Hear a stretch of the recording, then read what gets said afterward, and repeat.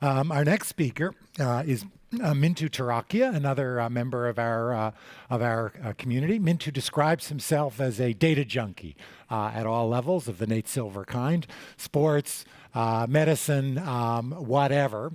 He's gotten very involved as a cardiologist here, interested in electrophysiology, in how we develop evidence for advancing the treatment of these extraordinarily common clinical disorders. He's particularly been interested in the application of mobile health technologies to this venture, although he tells me that he's already applied for bartending school if the mobile health thing doesn't entirely work out. Anyway, please welcome Mintu.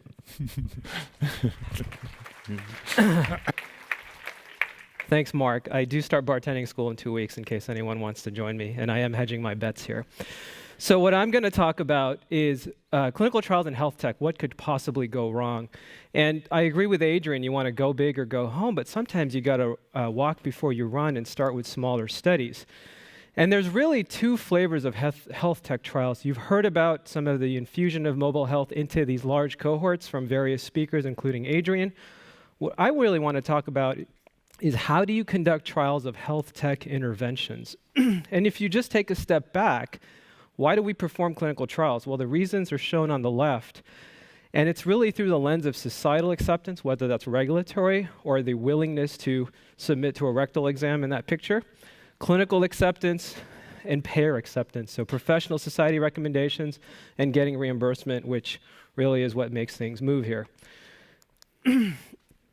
This is sort of the slide that has helped our cause in demonstrating why evidence generation is so important. So many of you, most of you will know the Theranos story.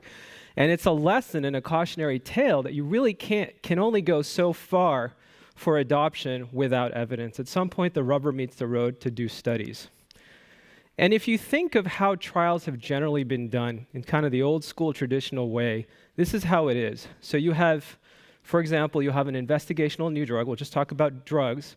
And you go through early, late phase, post-marketing. Those are called phase 1, 2, 3, and 4. And you'll start with just understanding characteristics of the compound, figuring out what range it's safe in, figuring out how you can use it, and then applying it in a therapeutic area in a large clinical trial for adoption and through those approval lenses. The attrition rate is, of course, very, very high. For every 5,000 to 10,000 screened compounds, you may get one FDA approval. And the problem is that trials framework is just not well suited for health technology interventions. If you look at the drug and device industry, these are sort of the parameters on the left. High barrier to entry. The phase 2 product, that compound, doesn't change over the course of the study. The interventions are discrete. It's a pill. It's a device. And you have hard endpoints, a lot of proof of safety, and a clear, what I would call sponsor-payer-customer relationship. Someone's making the drug, they know their pathway for sales and revenue and reimbursement, and therefore you can go big in these budgets. If you look in med tech, we have other problems. The barrier to entry is low. Anyone can make an app. But you also have iterative development and deployment. So versions of apps, versions of interventions change over time, and they're also very, very complex. The endpoints, the regulatory constraints are fuzzier. Safety tends to be less important. And as you all know, digital health still has the who is the customer problem. And as a result, people have to hedge and start small with small budgets. And the small budget thing is a lesson to all of us to how to do these trials in more efficient and less expensive ways. And if you think just about the gold standard of trial design, it's really hard to do in technology. Randomization can be done, and it should be done. But how do you have double blinding? How do you have placebo-controlled studies or double dummies, as you see here? Death is a single discrete outcome, and that lends itself to event-driven trials and something called the proportional hazards assumption, where you have a steady dose or a steady effect leading to an event, and you stop the trial. Digital health, in most cases, doesn't lend itself to Kaplan-Meier curves. Finally, what should the unit of randomization be? Should it be at the patient level? Can you start randomizing at the level of clinicians, practice, hospital, healthcare systems, or your user base if it's sort of a non-medical retail application? And Adrian talked about some of these designs. You have cluster randomizations, what you can do at the site level. You can make trials so-called pragmatic this way. You can sometimes not require consent if there's equipoise and standard of care. And you can even do crossover studies where you try one thing at clinic site A and then you flip and try it the opposite or the control at that same site. Now, in the world of tech, this is called split testing, and it's used in advertising. That's very easy to randomize group A versus group B to feel, which of these two strategies is better clickbait. And that can be done. But now you're testing humans, you're testing people. So when you're talking about it to engineers, yeah, of course they understand randomization, they of course understand these studies, but you really have to frame these in a more human context. Blinding and controls, we'll talk about it again. Blinding is very, very difficult, and you might be able to blind ascertainment of the outcome, but it's very hard to look at blinding of the intervention itself. Patients can cross over. How come I'm not in the app coaching arm? I want to have that, so I'm going to go download my own app. What do you do when there's crossover or contamination? And then finally, what is the best control? And it really depends on the research question. Should you even have a sham app, or should it just be usual care? Do you cross patients over to really see what the effect is pre and post? And how do you analyze all of these different designs? There's a lot of statistical analyses issues that and Phil Lavori will be joining us, and it'll be great to hear his input too. The other issue is we have a lot of surrogate outcomes and short-term studies here. So if you look at the digital health framework, you might talk about engagement. That's sort of the big outcome people do to get their early stage funding. And you're hoping that that translates to behavior, outcome improvement, and then clinical outcomes. Well, what is engagement? How do you measure it? It's definitely not how many times you open the app. It's certainly not if you download the app. How do you measure that? There are scales, and are those valid for the disease state or therapeutic area?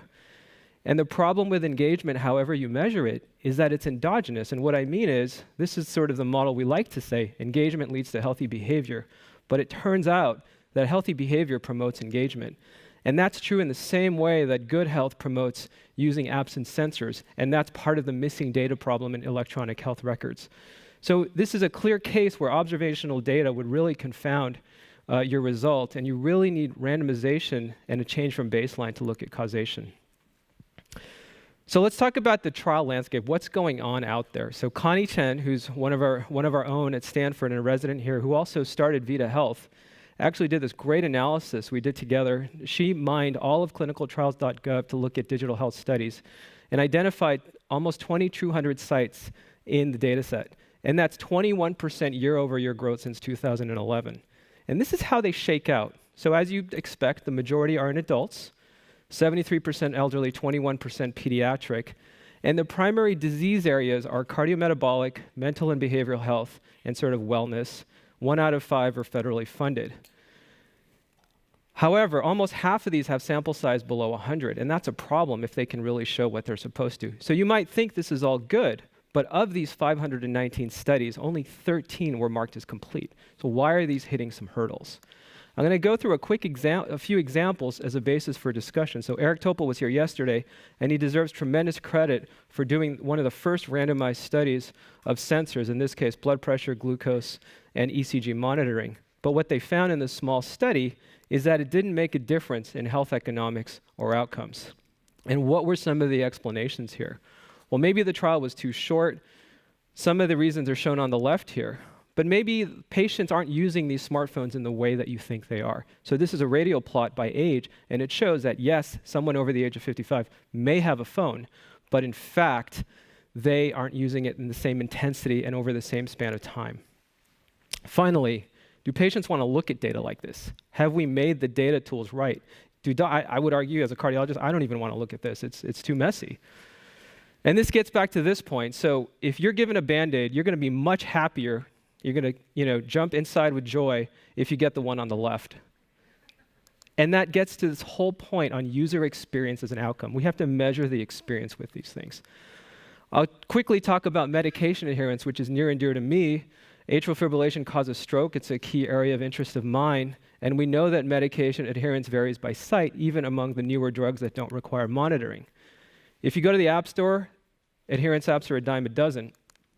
And when these have been studied systematically in randomized trials, it turns out that they don't work. And the conclusion is you don't have any good quality trials. We need to do better. So we had the idea, could you take an app? Could you take an early version of a chatbot? This is actually a scripted person. There's no AI yet. And take a coach and win on adherence. So we did actually start this trial. It's called SMARTED here, and it's a randomized controlled trial of 400 patients across 25 sites. And in the course of that, we've learned a lot of pain points, and this is really, I think, the nidus for discussion here. You got to find good sites. Are they going to get it? Is smartphone penetration high? You have to bulletproof the tech, and this is where you have to work closely with the engineers, all the way from consent, data flow, onboarding, instructional videos, bugs, technical support. There's a lot of things that can go wrong. And then finally, IRB's privacy and security and business associated agreements. That's a whole other discussion, but that extends the runway to take off. And things that go wrong will go wrong. So in the course of our experience with trials, these are the things that happen. Okay, so these sound silly, but what do you do when they happen in your trial where there's money on the table? And how do you defend these behaviors? And are they protocol deviations? Do you take them out? Are they early termination? How do you analyze the data? This is in some ways much messier than placebo-controlled pill studies. So under Ken Mahaffey's leadership at the Stanford Center for Clinical Research, we've allowed ourselves to really learn and build from this, and we've created a digital health coordinating center with some of the organizational characteristics that you see here. We're flat organizationally. We try to keep things lean. We're thinking, exploring about siteless trials, and you hear about that from other speakers as well, including Deb from Evidation. And we have to improve our software. So in the trial world, metadata rave is like the epic of trials. It sucks. It's really hard, and it's very expensive to use. We have to do better in our own workflow. And we're also rethinking communication. So we just launched this experiment where we've Slackified ourselves, and we might be one of the only groups that have done this in the clinical trial world, and we'll see what happens. So I'll close with this summary. The number and diversity of tech trials is increasing, and that's a really, really good thing. But trials of these interventions have many unique challenges going all the way from the design, execution, budget, and of course the outcomes of interest. The template of large pharma and device trials does not fit for these important studies, but fortunately the tech and investment community understand, and there's a lot of scientific opportunities to improve the research process. I'd like to acknowledge the many people involved in this work, ranging from Center for Digital Health, Stanford Center for Clinical Research, as well as some of people in my own research group. Thank you.